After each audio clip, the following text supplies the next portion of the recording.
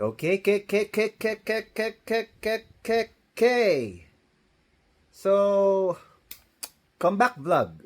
Ilang comeback vlog na ba to? Comeback vlog, no? I've realized na masyado ako na OCD for the past several years, no? Dati naman, vlog lang ako ng vlog, shoot lang ako ng shoot, ganito.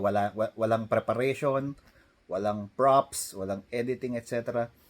Basta vlog lang ako ng vlog, share lang ako ng share. Kiber na lang kung may gustong manood.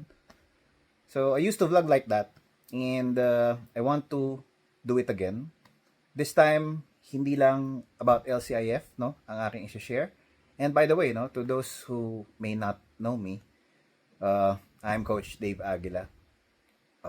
Most people know me as the LCIF Trailblazer.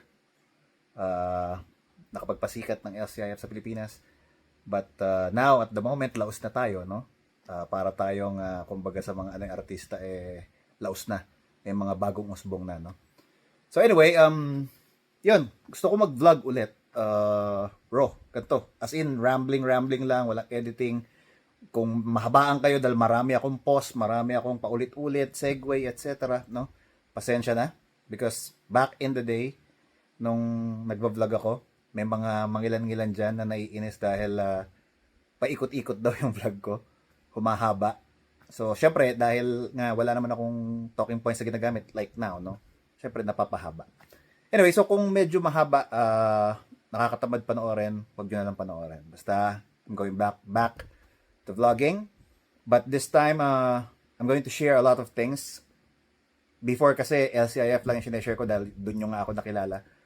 Although, I do a lot of things. Now, I'm going to share a lot of other subjects such as, but not limited to, business, investing, relationships, spirituality, sports, no? Poker. This is something that I do now, no? What else? Basically, politics, no? Basically, anything that I want to share. Kasi marami ako nakikita mga posts sa feeds ko, no? From there, nakakakuha ako ng gusto kong i-share sa inyo. So, I'm going to basically shoot myself ng camera and just upload it raw, like this one. So, I do hope meron kayong matututunan like before, no? And I do hope you'll be inspired, informed, and or entertained by the vlogs that I'm going to share. Because yun naman yung intention ko. And if hindi, sorry. And see you on my next vlogs.